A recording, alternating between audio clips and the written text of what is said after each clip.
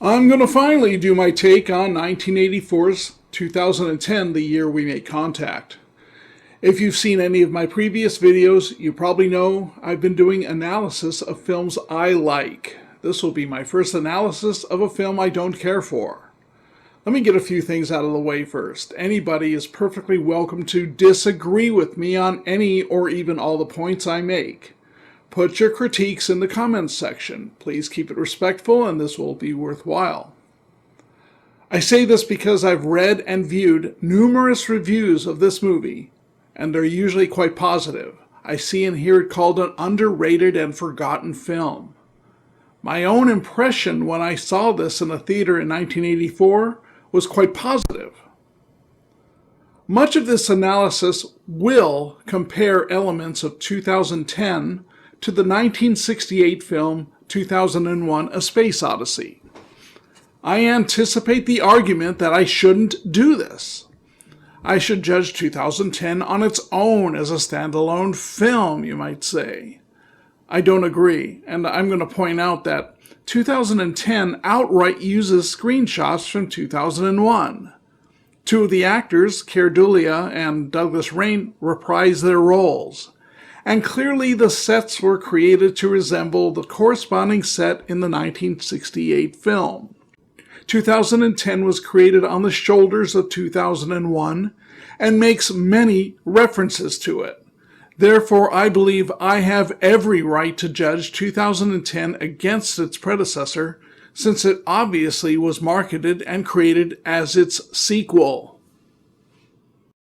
1968's 2001: A Space Odyssey is the greatest film of all time. So now you know what perspective I'm coming from. Stanley Kubrick meticulously crafted this film. Every sequence, heck, every frame of this motion picture was impeccably planned and executed. The cinematography is gorgeous, the music and sound are unmatched. The dialogues and monologues are delivered with the kind of precision that few directors can get out of their actors. I'm saying all this because if one were to follow this masterpiece with a sequel, one should realize the challenge and give plenty of respect to the original. This is something the filmmakers did not do. But I want to talk about the novel first. Famed science fiction writer Arthur C. Clarke collaborated with Stanley Kubrick on the novel and screenplay for 2001: A Space Odyssey. Clarke finished his novel based on a draft of the screenplay that Kubrick would later modify. This explains some of the narrative differences between the novel and the film. Clarke's novel never got very deep into the mystical concepts that the film brings out. That was Stanley Kubrick. Now this makes sense when you consider Clarke's 2010 Odyssey 2, the sequel to the novel 2001: A Space Odyssey. Kubrick had nothing to do with the 1982 novel. It isn't nearly as conceptually grandiose as its predecessor. It's a much more human story of exploration and discovery. The scope is smaller, but it remains faithful to both the 2001 novel and film. Clarke is famous for his scientifically charged stories, and 2010 is no exception. It is a fantastic novel, a worthy sequel to 2001, as Carl Sagan had put it. If the filmmakers had approached making 2010 with the same idea of making a fascinating but smaller scale story that pays respect to what preceded it, they could have made a great film. Clarke, to a smaller degree, was involved in 2010 as well. In 1983, director Peter Hyams was in Culver City, California, busy with pre-production stuff for his new film project, 2010, The Year We Made Contact. Author Arthur C. Clarke was at his home in Sri Lanka. Hyams wanted to be in communication with Clarke through much of the pre-production. This was long before the internet, so it would be no simple task. The solution was to set up each individual with a K-Pro computer and a modem. With this hardware and some very new software, they were able to send messages to each other in real time, halfway around the globe. Clark actually termed this technology as electronic or email. Many of the communications between the two were compiled and published in a book named The Odyssey File. I bring this up to point out that Clark collaborated with both Stanley Kubrick on 2001 and with Peter Hyams on 2010. Clark's role with Hyams wasn't nearly as involved as it was with Kubrick, in that Clark and Kubrick co-wrote 2001 screenplay, the early version of it anyway. For 2010, Clark acted as an online advisor to Hyams in pre-production. By the way, that is Arthur C. Clarke in his brief cameo in the movie 2010.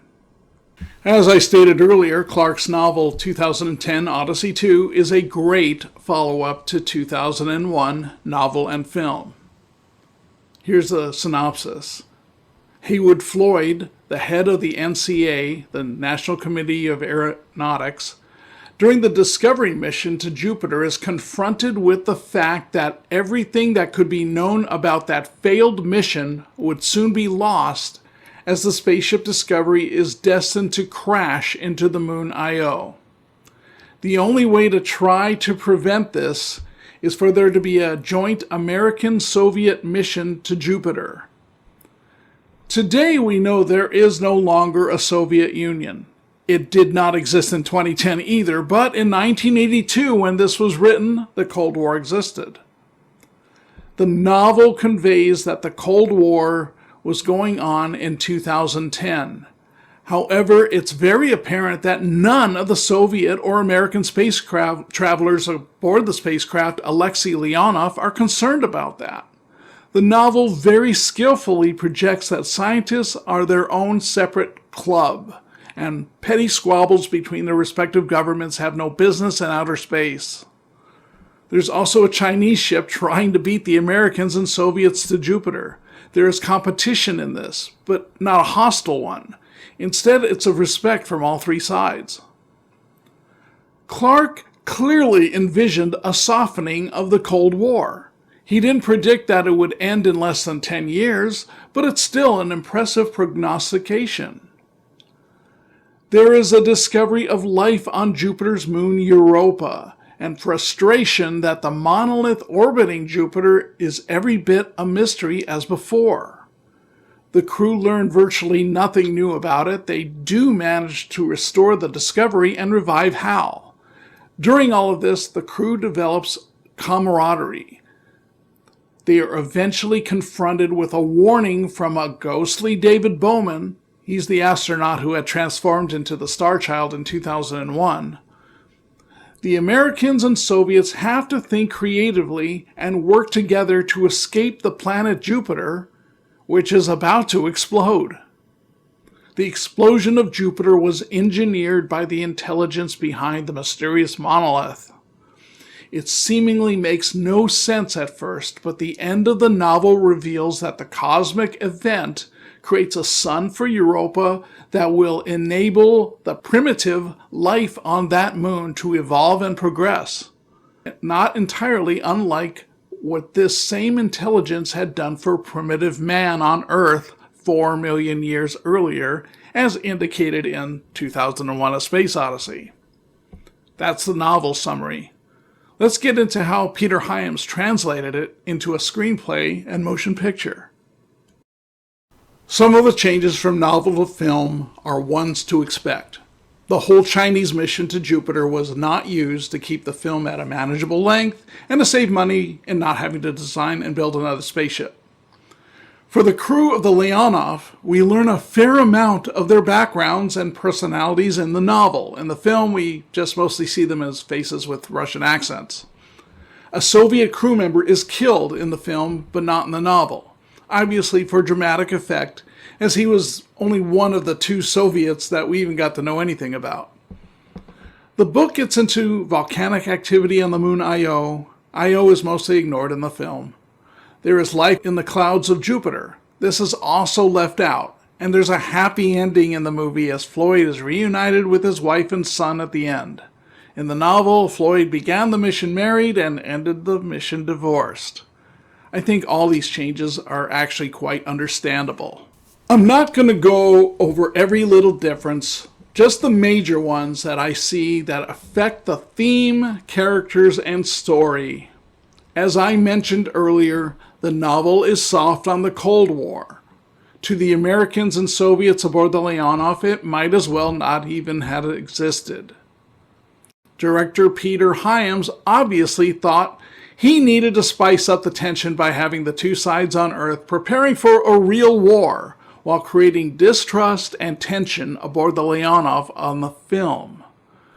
Many viewers may think this was a good idea, but it changes the primary theme of the story.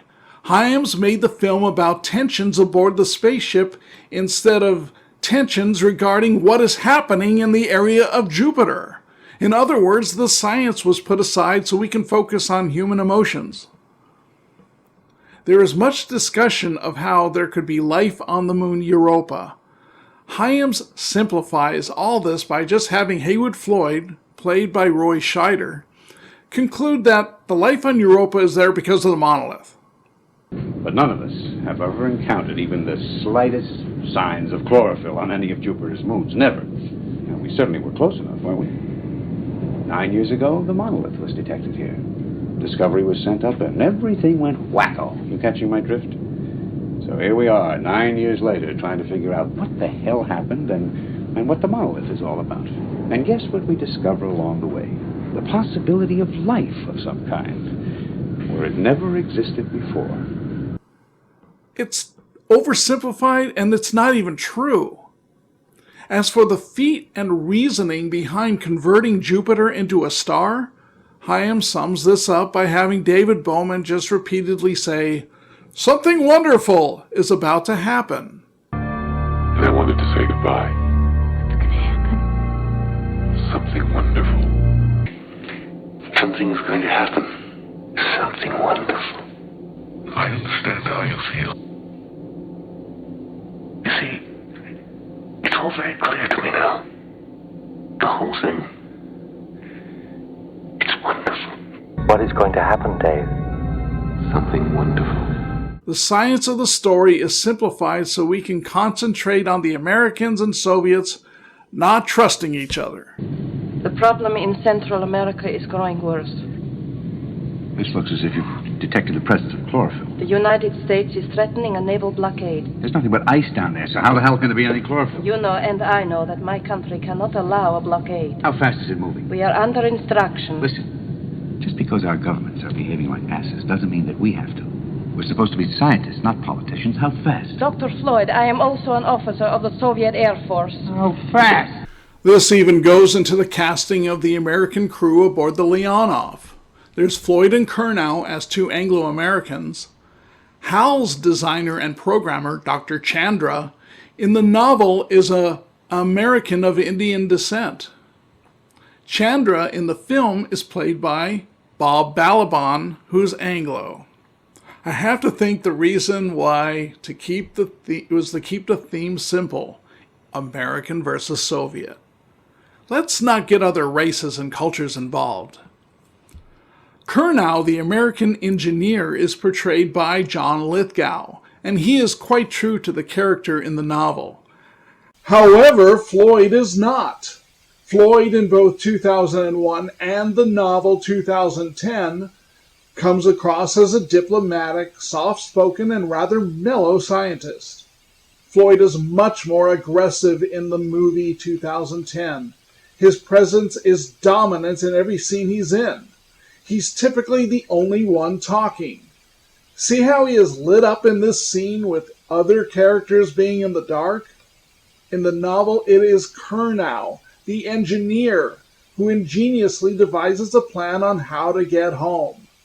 This makes sense, since he's an engineer.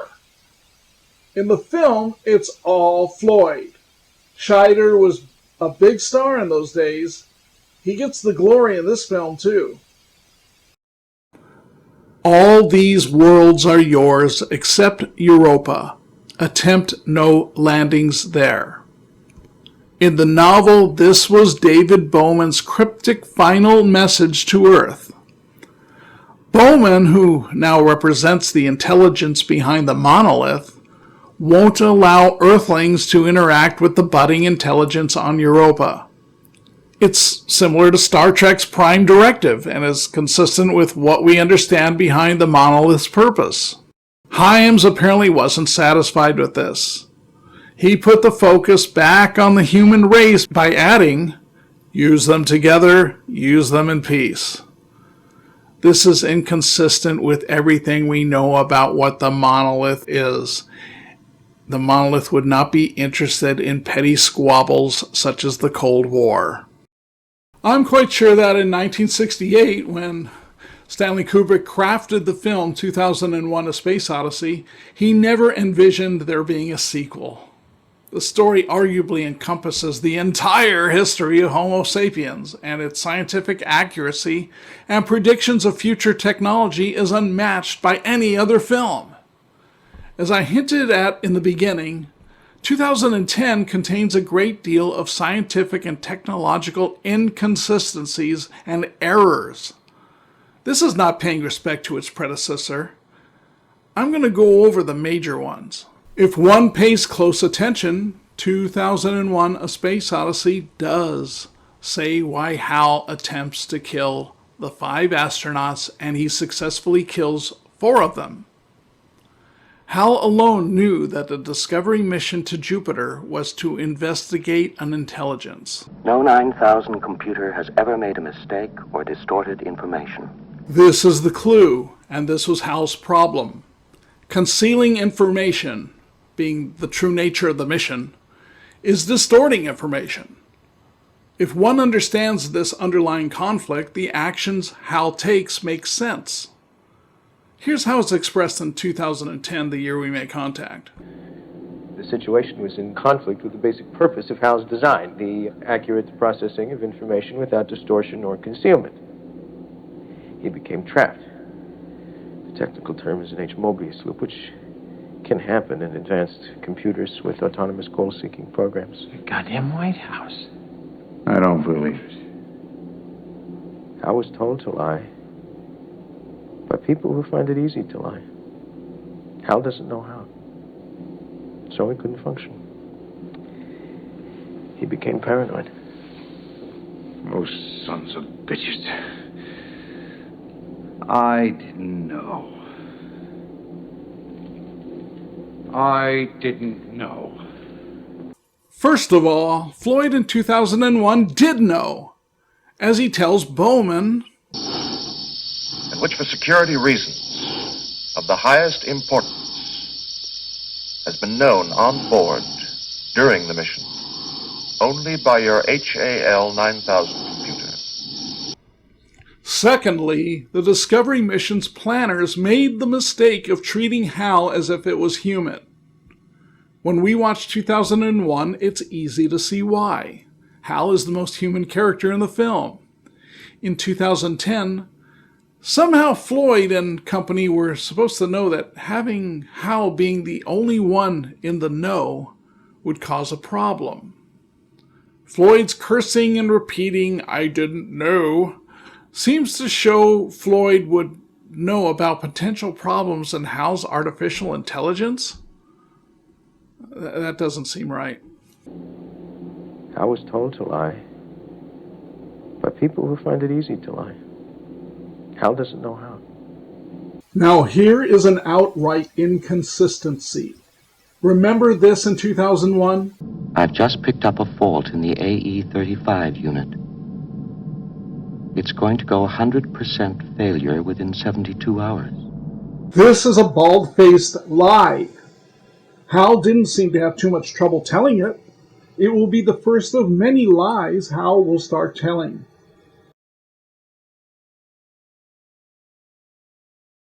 The screens that we see throughout 2001: A Space Odyssey are flat. Amazingly, Stanley Kubrick anticipated TV screens or monitors to be not only flat, but of at least an approximate 16:9 ratio, like most TVs and monitors today. Some are horizontal, some are vertical or portrait. The two monitors built into the table on Discovery almost look like iPads. Peter Hyams just seemed okay with recreating the Discovery set with 4x3 curved or tube-based displays, reflections and all. In 2010, there's not a flat screen in sight.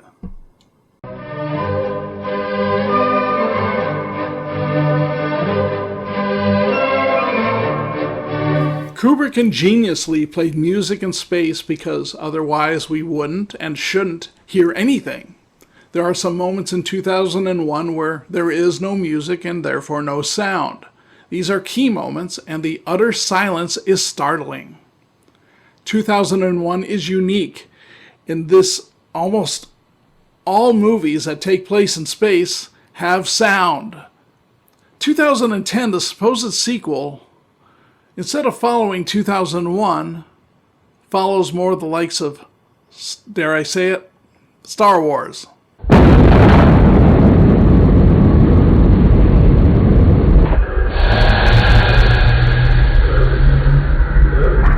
There was tremendous care in making 2001 scientifically accurate and plausible. This is not true with 2010. Because of Jupiter's impending explosion, the Leonov has to prematurely go back to Earth, or else all aboard will perish in the explosion. The novel gives them 15 days. The movie gives them 2. This is fine, as far as keeping the movie from dragging on, but the movie just seems to show Jupiter exploding when the Leonov has hardly gotten past the Discovery. It stretches belief that the seemingly short distance would make a difference. Your children will be born in a world of 2 suns. They will never know a sky without them. Floyd is talking to his son and referring to Jupiter, now a star and shining like a second sun on Earth. Floyd, the scientist, apparently forgot that Jupiter is not always on the same side of the sky as the sun. In fact, if we want to see the planet Jupiter today by naked eye or telescope, we do it at night.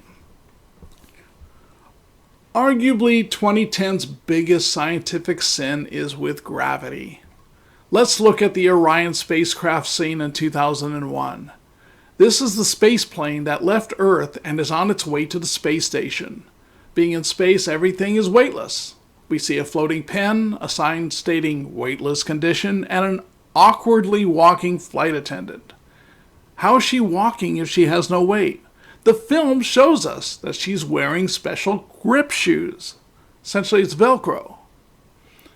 To achieve simulated gravity in space, the space station is round, has a curved floor, and is spinning. As long as the spinning remains constant, there is artificial gravity, so people walking in the space station can do it naturally and not need grip shoes. In the spacecraft Discovery, this is achieved again.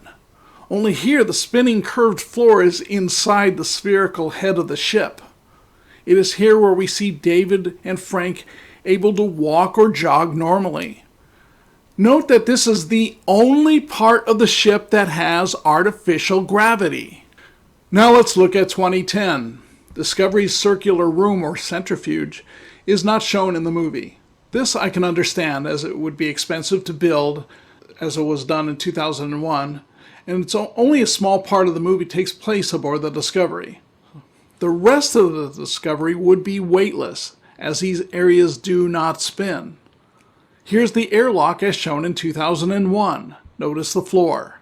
There are clearly Velcro walkways. Notice how the light reveals a textured surface. The walkway is raised above the rest of the floor. Notice how Dave Bowman walks very carefully, as if to make sure each footstep is firmly planted on the surface before he takes the next step. He's weightless. His shoes sticking to the black surface are what keeps him on the floor. Here's the same airlock in 2010. I already talked about the curved screen, so let's ignore that. Look at the floor here. The black path is there, but it's flat and shiny and just appears to be part of the floor. The filmmakers either didn't know it was supposed to have a matte Velcro look, or they didn't think anyone would care. Look how Floyd can just walk across the floor normally. He isn't wearing grip shoes. How does this room now have gravity? Spacesuited David Bowman in 2001 needs to walk carefully and hold himself in place walking through this tube to get to the airlock. Spacesuited David Bowman, as well as Floyd in 2010, can just walk normally and don't have to hold onto the ceiling. Okay, David Bowman is some sort of spirit here. Floyd is not. Now let's look at the Soviet spacecraft, the Leonov. It has two major parts. There's a stationary section and a rotating section. Is it me, or does this seem like a strange design? It looks cool in a way, of course, but when you consider that only parts perpendicular to the axis would have artificial gravity, it seems like there would be a lot of wasted space. The toroid or hamster wheel approach, as in the space station and Discovery, seems a much more space-efficient solution. With two exceptions, whenever we see people inside the Leonov, they act as if there is normal gravity. Does this scene make sense, with people on the floor and on the wall acting as if they each have their own gravity? In the Leonov's airlock, Kurnoff and Brelovsky, played by Ilya Baskin, are standing as if they're in gravity, but the airlock is clearly in a non-rotating part of the ship. Or maybe we are to assume that 2010's Leonov has some kind of technology where gravity is convenient in some places and not so much in others. Let's look at this scene on the Leonov's bridge, which is supposedly in the stationary section of the ship. The way Floyd is walking, I think we can assume there's gravity. There's even an audible thud as he steps down. We have to initiate an escape launch in 2 days. Now here's my favorite part. It's a critique anyway. Floyd can reach over and suspend pens in midair. How can Floyd and Kerbuk, Helen Mirren, be in gravity but the pens not?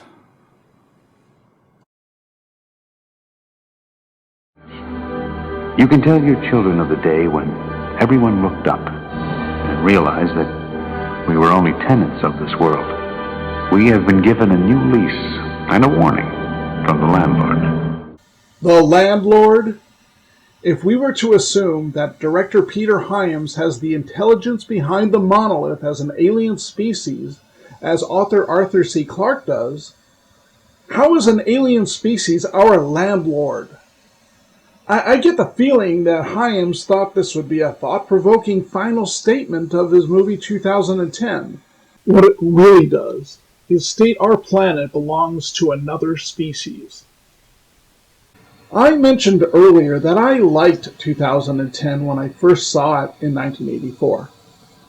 After a couple of subsequent viewings over the years, I began to realize that I was projecting the story from the novel into the movie. The movie was not really worthy of the novel, and it's certainly not a worthy sequel to 2001. I can't help but see it's now utterly dated and has weak explanations of 2001's mysteries.